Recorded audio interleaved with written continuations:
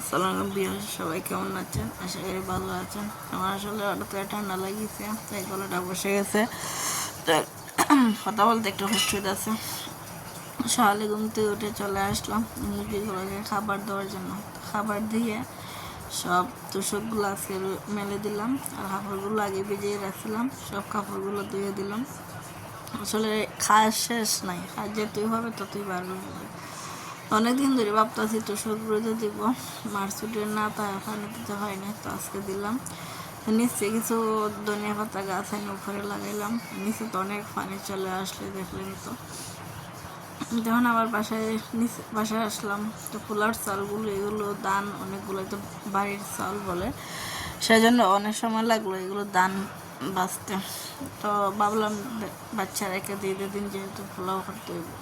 আর এমনি আমরা পোলার চাল আছে, গড়ের চালটা বেশি পছন্দ হয়, ভালো লাগে। তো আজকে কিছু সেমাই বানাইলাম এদের জন্য। আসলে আমার হাতের সেমাই ভালো লাগে, তেমন একটা ভালো লাগে না কেনার সময়।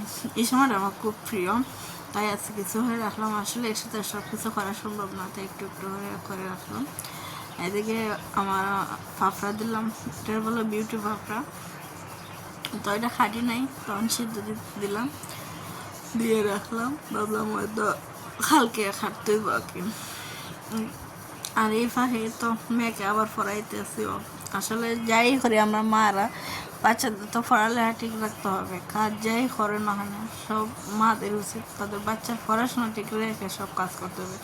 আমরা আসলে মারা অনেক সময় সংসার নিয়ে এতই ব্যস্ত থাকি, তার বাচ্চা পড়ালেখার কোনো খবরই রাখি না। টিচার একটা দেয়, দেয়া বাচ্চা কী পড়লো না পড়লো কোনো খবরই থাকে না। আমি টিচার ছিলাম, জানি অভিভাবকদের এই অভ্যাসটা অনেকের আছে, আমার সবাই না, তো আমাদের এদিকে এটা বেশি।